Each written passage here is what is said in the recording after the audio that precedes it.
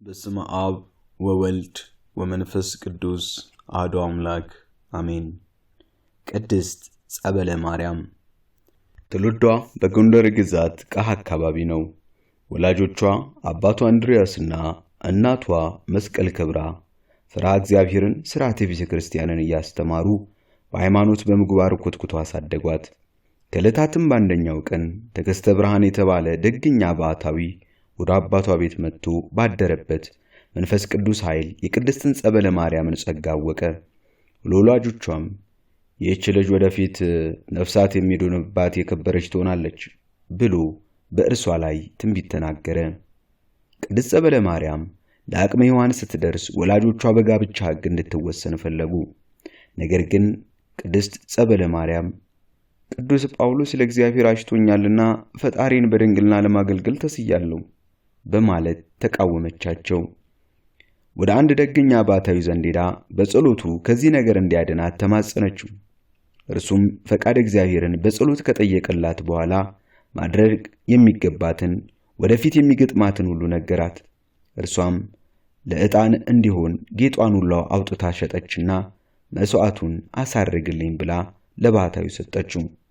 እርሱም ከጸለየላት በኋላ የጸሎቱን ምላሽ ነገራት። ወላጆቿም ያለ ፈቃዷ በሕግ ቢያጋባትም ቅድስት ጸበለ ማርያም ግን በሌሊት ማንም ሳያት ከጫጉላ ቤት ወጥታ ሄዳ በልዳው ፀሐይ በቅዱስ ጊዮርጊስ ስም ወደ ተሰራች ቤተክርስቲያን ሄዳ እያለቀሰች ጸሎት አደረገች። እመቤታችንም ከሚካኤል ወገብርኤል እንዲሁም ከቅዱስ ጊዮርጊስ ጋር ተገለጠችላትና እንዲጠብቋት ነገረቻቸው። ቤተሰቦቿም እንዳያዝኑባት ፈርታ ተመልሳ ወደ ባሏ ዘንድ ብትገባም ባሏ በግብር እንዳያወቃት መላእክቱ ይጠብቋት ነበር። ባሏንም ሰውነቷን እንደ እሳት ያቃጥለው ነበር። እርሱም አእምሮን ከሳተ ከ3 ቀን በኋላ ሲነቃ የደረሰበትን ባስረዳቸው ጊዜ ከገዳም የመጣች ከሆነች ለእኛ ልትሆን አይገባም አሉና አስጊጠውና ሸልመው መልሰው ወደ ቤተሰቦቿ ላኳት። አባቷም ዳግመኛ ወደ ባሏ እንድትመለስ በማስገደድ ብዙ አሰቃቂ ግርፋት ቢገርፋትም በተአምራት ምንም እንዳላገኛት ሆነች። ከዚህም በኋላ ወጥታ ወደ ምድረ በዳ ሄደች። ወደ ገዳምም ሄዳ ዋሻ ውስጥ ገብታ ስትጸልይ አድራ አረፍ ስትል ነብር መጥቶ የእግሯን ትቢያ ይልሳት ነበር። ከዚያም ወጥታ ንህበት ወደሚባል ሀገር ወጥታ ቶማስ ከሚባል መነኩሴ ጋር በታላቅ ተጋድሎ ኖረች። ቆማ ስትጸልይ እንባ መሬቱን ያርስ ነበር። ነገር ግን ሰው እንዳያውቅባት አፈር በላዩ ትጨምርበታለች። በአንድ ዕለትም በቤተክርስቲያን ቆማ ስትጸልይ በሁለት ማዕዘን የተቀበሩ ሙታን ሲጮሁ ሰማቻቸው። እነርሱ ግን በሲኦል ነበሩ። ጮታቸውንም በሰማች ጊዜ በእንባ ላይ እንባን በጸሎቷም ላይ ጸሎትን ጨምራ ስለ እነርሱ ለመነች። ስለ እነርሱም ሱባዔ ያዘች። በባህሪው ቸርና ይቅር ባይ የሆነ ልዑል እግዚአብሔርም ጸሎቷን ሰምቶ የእነዚያን ነፍሳት ማረላት። ቅድስት ጸበለ ማርያም በምግባርና በትሩፋት በጾምና በጸሎት ጸንታ ከኖረች በኋላ የምንኩስና ቀንበርን ትሸከም በምናኔ ትኖር ዘንድ በብሕትውና ወደሚኖረው ታላቁ አባት ወደ አቡነ ገብረ ማርያም ዘደብረ ሐንታ ዘንድ ሄደች። እርሱም ማኅሌተ ጽጌን ከአባ ጽጌ ድንግል ጋር የደረሰው ነው። አቡነ ገብረ ማርያም ካስተማራትና በኋላም አመነኮሳትና ስሟን ጸበለ ማርያም ብሎ ሰየማት። ከዚህም በኋላ ተጋድሎዋን እጅግ በማብዛት ትዕርምትን ገንዘብ አደረገች። ከእንጨት ፍሬዎች ውጪ የማትመገብ ሆነች። በተቀደሰች የጌታችን 40 ጾም ወራት ግን ከሰንበት በቀር እርሱንም ፈጽሞ አትቀምስም። እስከ ፋሲካም ድረስ ከበዓቷ ስለማትወጣ ማንም አያትም ነበር። ከመነኮሰችም ጊዜ ጀምሮ በጎኗ ተኝታ አታውቅም። በአመማት ጊዜም ተቀምጣ ታንቀላፋ ነበር። በውርጭ ቅዝቃዜ መከራን እየተቀበለች በባህር ውስጥም ቆማ እየጸለየች ታድራለች።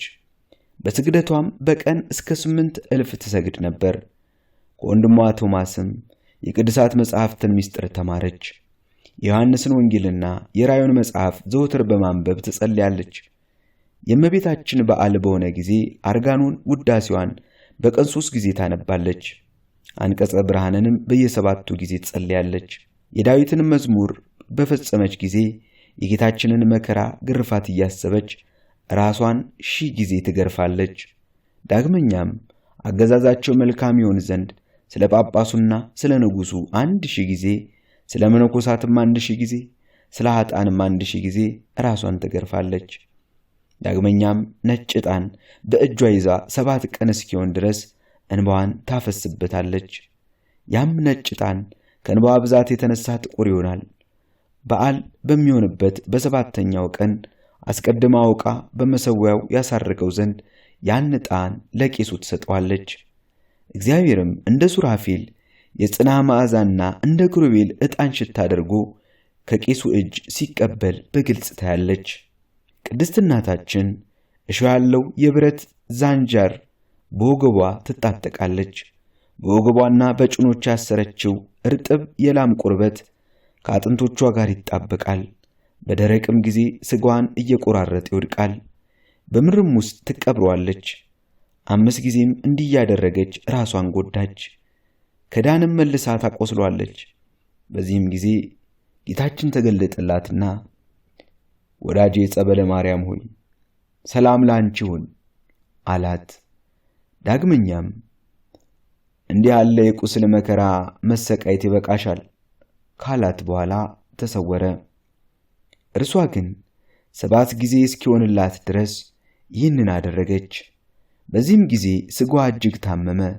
ስጋዋ እንደ ድንጋይ ደርቆ ቢቀር የእግዚአብሔርን ትእዛዝ እንደተላለፈች አውቃ ከዚያን ጊዜ ጀምሮ ተወች።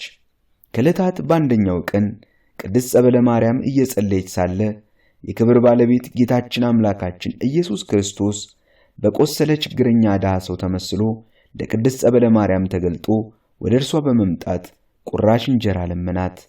እርሷም ፈጥና ይዛ መጥታ ሰጠችው። እንጀራውንም ተቀብሎ ሲያበቃ በመንገድ ብዛት ደክም ያለውና በጀርባሽ አዝለሽ ትሸኚኝ ዘንድ እወዳለሁ አላት። እርሷም ለድሆች አዛኝ ናትና አዝላው የድንጋይ መወርወሪያ ያህል እንደወሰደችው ቁስሉ ይድን ጀመር። ወዲያውም ቁስሉ ድኖ ምንም እንዳላገኘው ፍጹም ደነኛ ሰው ሆነ። ያን ጊዜም ፊቱ እንደ ፀሐይ አበራ፣ ሁለንተናውም ተለወጠ። የክብር ባለቤት ጌታችን በጀርባ ወርዶ በፊት ለፊቱ አቆመና የከበርሽ አገልጋዬ ጸበለ ማርያም ሆይ ምን እንዳደርግልሽ ትወጃለሽ አላት። እርሷም ከድንጋጤዋ የተነሳ እንደ በደን ሆና መሬት ላይ ወደቀች። ጌታችንም አበረታትና እጇን ይዞ አነሳትና የልብሽን መሳት ለምኚኝ አላት። እርሷም አምላኬ ሆይ በፊትስ ሞገስ ካገኘው በሲኦል ያሉ ነፍሳትን ይቅር በላቸው አለችው። በዚህም ምክንያት በጌታችን ቸርነትና በእርሷም አማላጅነት ብዙ ነፍሳትን ከሲኦል ወጡ። ጌታችን ሰላምታ ሰጥቷት በክብር አረገ። ዳግመኛም ጌታችን ለቅድስት ጸበለ ማርያም 3 በትሮችን ሰጥቷት በእነርሱ እየተመረኮዘች እስከ ሲኦል ድረስ ትሄድና ነፍሳትን ታወጣና ታስምር እንደነበር ራሷ ተናገረች። ዳግመኛም ስትናገር ሰማያውያን ብዙ ስሞች አወጡልኝ፣ የወይን ፍሬ ያሉ ይጠሩኛል፣ የበረከት ፍሬ የሚሉኝም አሉ፣ የገነት ፍሬ የሚሉኛል አለች። ዳግመኛም ከልዑል ዘንድ ብዙ ጸጋዎች እንደተሰጣት በሕይወት ሳለች ለአንድ ደገኛ ቄስ ነገረችው። ከዕለታትም በአንደኛው ቀን አምላክን በድንግልና የወለደች ክብርት እመቤታችን ለቅድስት ጸበለ ማርያም ተገለጠችላትና ስሜን የተሸከምሽ ጸበለ ማርያም ሆይ ሰላም ላንቺ ይሁን አለቻት። እመቤታችንም ብዙ ምስጢርን ከነገረቻት በኋላ ጡቶቿንም አጠባቻትና በጸጋ የከበረች አደረገቻት።